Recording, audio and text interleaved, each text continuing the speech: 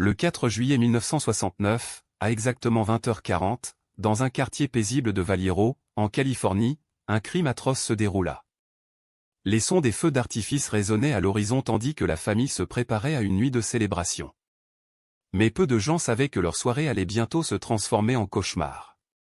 Une femme de 22 ans, Betty Lou Jensen, et un adolescent de 16 ans, Michael Mageau, étaient garés dans une voiture sur Blue Rock Road lorsque soudainement, sans avertissement, un tireur sortit de l'ombre. L'impact des balles fut rapide et mortel. En nous tenant ici aujourd'hui, laissons-nous peindre un tableau de ce qui se passait à ce moment-là. Un déluge de tirs perça l'air, brisant l'atmosphère paisible du quartier résidentiel. Le son des pneus de la voiture qui dérapaient sur le bitume emplit l'air tandis que les victimes tentaient de contrôler leur véhicule. L'odeur de poudre et de fumée se répandit dans l'air, tandis que la légère odeur de gazon fraîchement coupé demeurait, un contraste saisissant avec la carnage qui s'écroulait.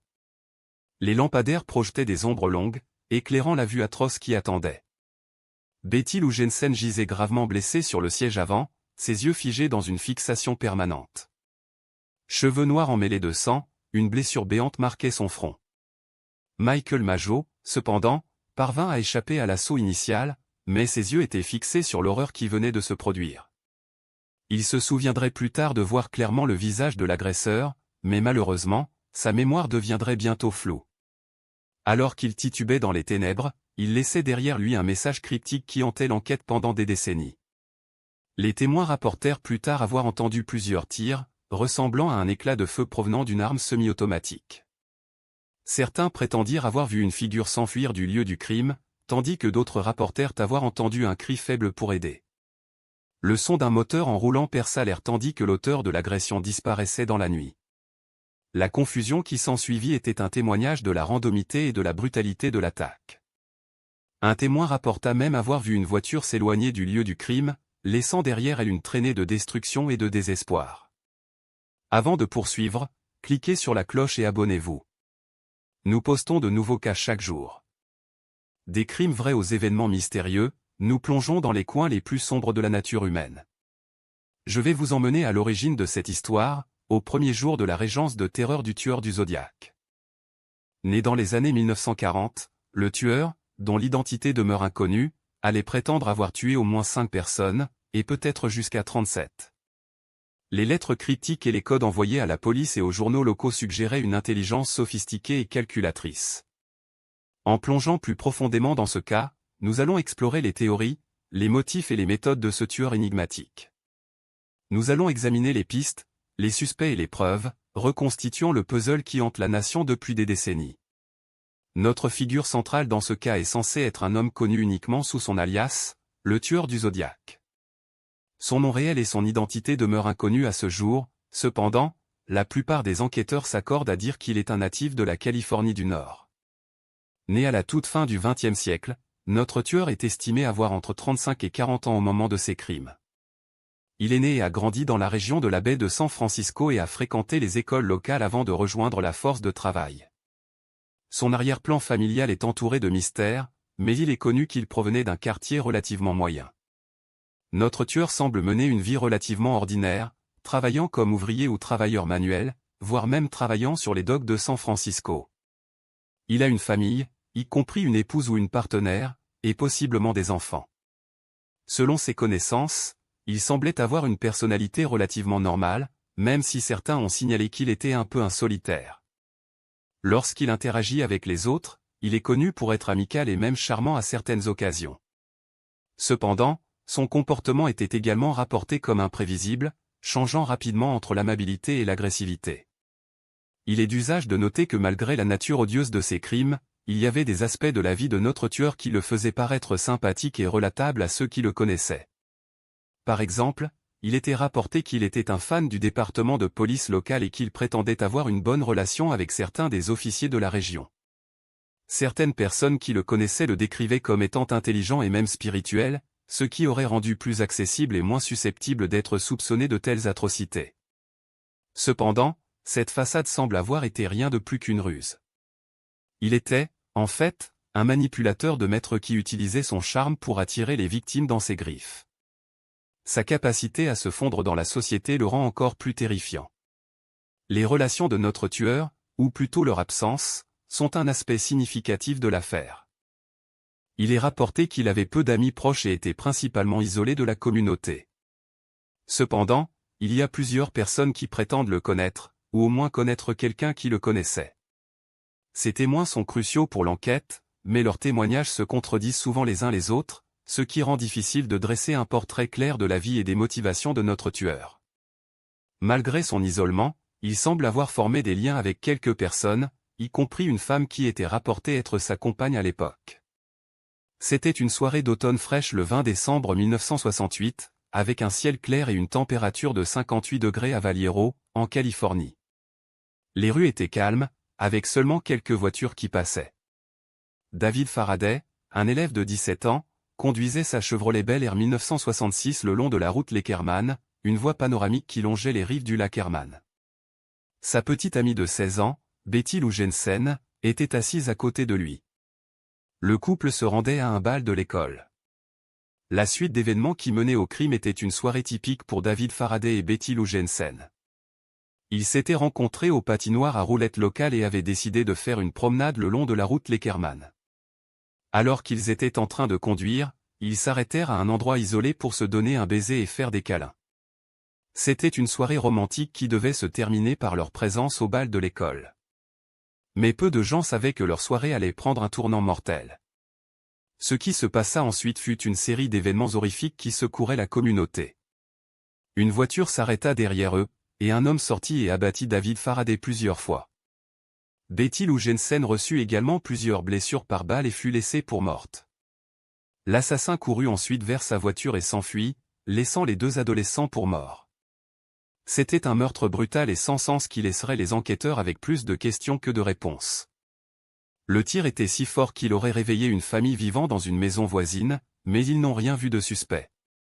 Le détail le plus choquant de la crime était le fait que l'assassin utilisait un pistolet à calibre 22, un calibre commun utilisé par les chasseurs et les tireurs à la cible.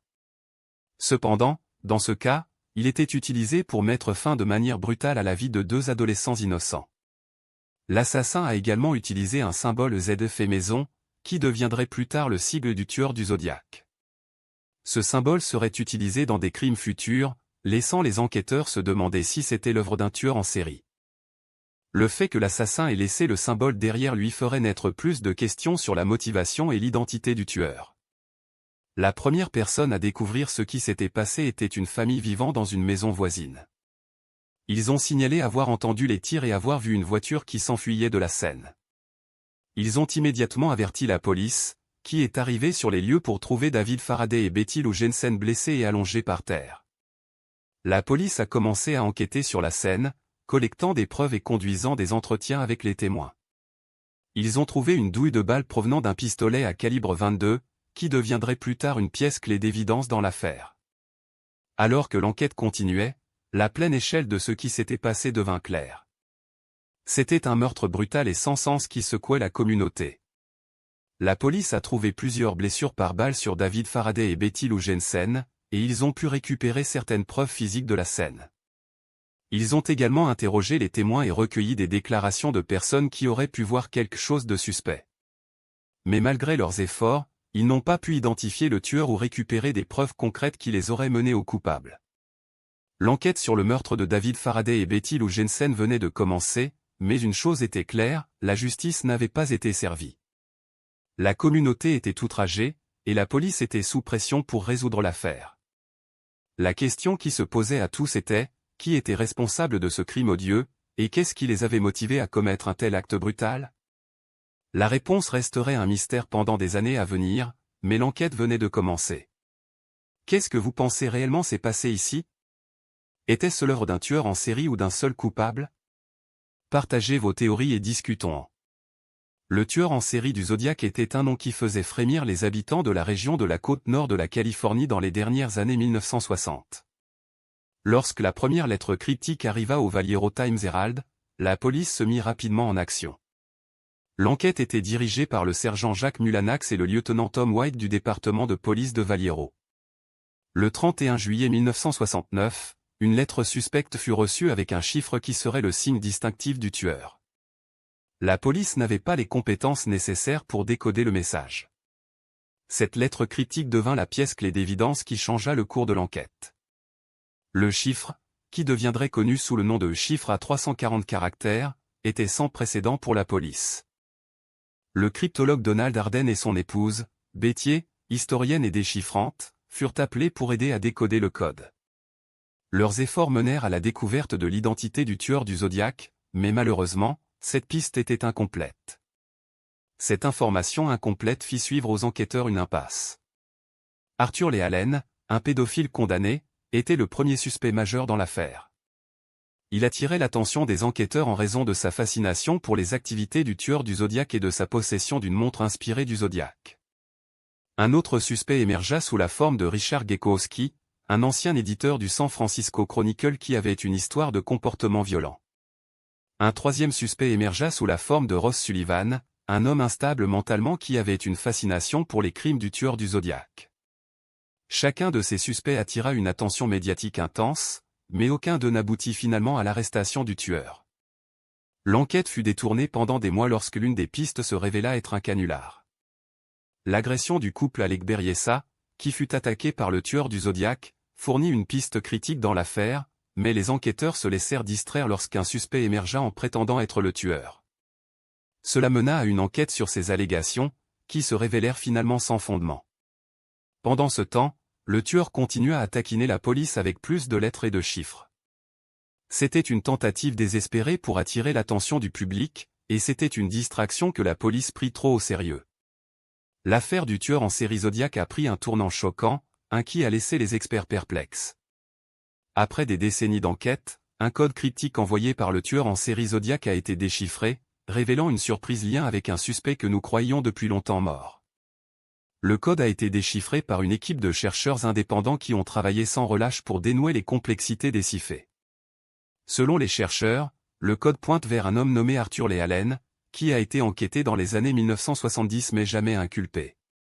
Cette révélation a déclenché une indignation parmi la famille d'Allen, qui affirme que les chercheurs ont commis une grave erreur. Les chercheurs affirment que le code cryptique envoyé par le tueur en série Zodiac au San Francisco Chronicle contient une phrase clé qui peut être utilisée pour déchiffrer le message. Cette phrase était habilement cachée dans une série d'apparences de mots et de symboles sans rapport. Lorsque déchiffrée, la phrase a révélé une information choquante, Arthur Lee Allen était l'identité véritable du tueur en série Zodiac.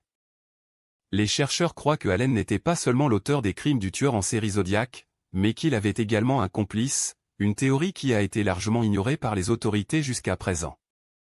Les implications sont énormes, pourrait-il être que le complice d'Allen soit toujours en liberté?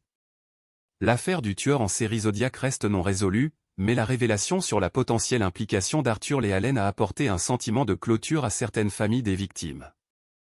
L'affaire est maintenant un dossier froid, sans nouvelles pistes ou suspects à poursuivre. Les enquêteurs qui ont travaillé sur l'affaire dans les années 1970 ont longtemps depuis pris leur retraite, et beaucoup d'entre eux ont exprimé leur frustration que l'affaire n'ait jamais été résolue. Malgré les nombreux détours et les rebondissements de l'affaire, il n'y a toujours pas de preuves concrètes pour prouver la culpabilité d'Allen au-delà de tout doute raisonnable.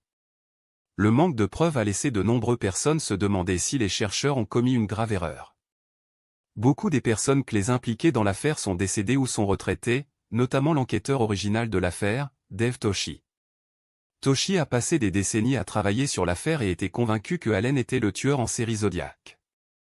Il est décédé en 2018, mais pas avant d'avoir partagé ses pensées sur l'affaire avec les chercheurs qui ont déchiffré le code. Toschi croyait que le complice d'Allen était sa femme, Darlene Ferrin, qui était également une victime des crimes du tueur en série Zodiac. Allen lui-même est décédé en 1992, mais sa famille continue à se battre contre les allégations faites par les chercheurs. L'affaire du tueur en série Zodiac continue à fasciner l'imagination du public, un rappel que la justice peut être évasive même face à des preuves accablantes. L'affaire du tueur en série Zodiac a changé la façon dont la police approche des codes